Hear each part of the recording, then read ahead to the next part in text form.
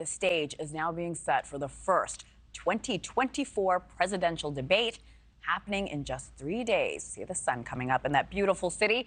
President Biden and Trump will have their biggest chance yet to shift voters' opinions, as polls show the race essentially tied right now.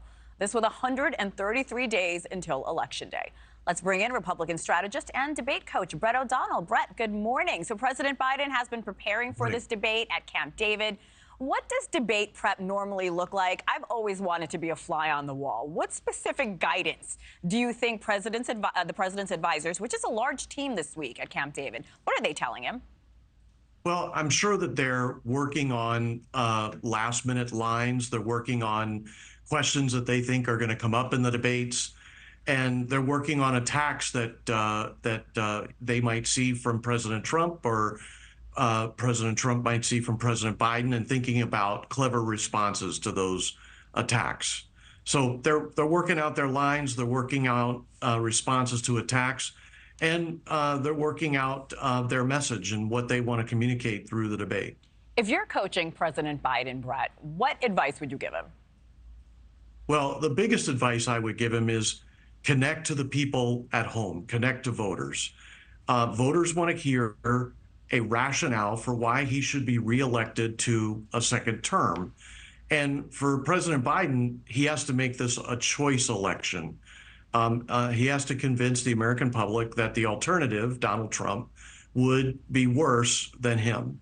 And so he doesn't have that great of a record to run on, and folks view his handling of the major issues of this race poorly. He's got to convince them that things are on the upswing, that they'll get better in the next term, and that you don't want to risk those by turning the reins over to Donald Trump. Speaking of Donald Trump, we know the former president, he's not planning to hold mock debates this time around. Instead, he's meeting with his party, his campaign, to discuss policy. Is that enough? What would you tell the former president?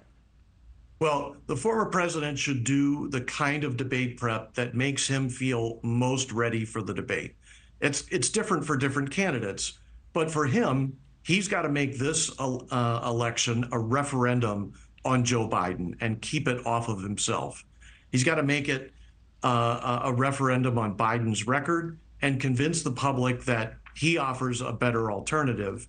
But the beginning of that is to prosecute the poor record of Joe Biden on the economy, the border, world stability, crime, you name it. The big issues in this race, the American public doesn't see Joe Biden's leadership as very effective. As long as he keeps prosecuting, litigating that case, I think he'll have an effective night. What they can't do is make the debate about each other. They've got to make the debate about the American people and connect with them.